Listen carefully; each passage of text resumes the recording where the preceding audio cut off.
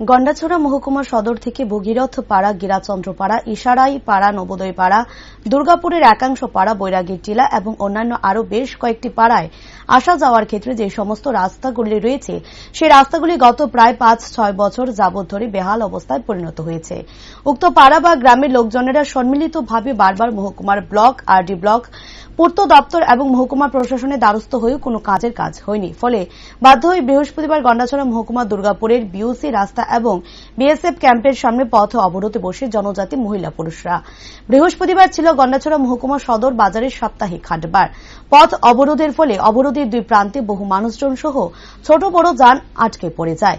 সংবাদ পেয়ে মহকুমা প্রশাসনের তরফে ডিসিএম দিলীপ দেববর্মা সহ পূর্ত বিভাগের কর্মকর্তারা পৌঁছান এবং বিশাল পুলিশ এবং টিএসআর বাহিনী অবরোধকারী এবং প্রশাসনিক কর্মকর্তাদের মধ্যে চলে দফায় দফায় আলোচনা।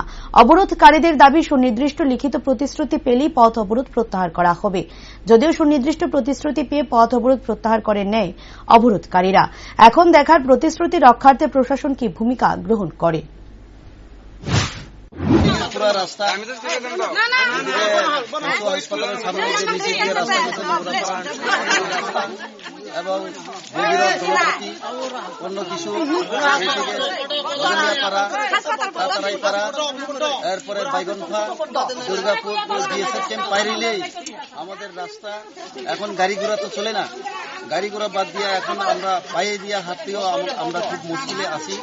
এই হাঁটতেও খুব কষ্ট। এর জন্য আজকে আমরা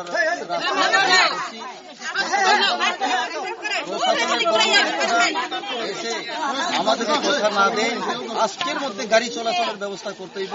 যতক্ষণ পর্যন্ত এই কাজগুলি না করে আমরা ততক্ষণ পর্যন্ত এই রাস্তায় আমরা বসে তার জন্য আমরা এই এমপির বাড়ির সামনে আছি।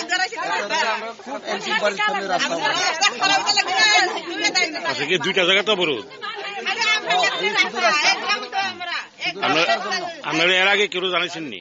এর আগে আমরা এসডিও রে জানাইছি, ওই পিডব্লিউডি ডিপার্টমেন্ট জানাইছি, করবো কিছু করে না। এখন কোনো হেল্পফুল নেই প্রশাসনিক।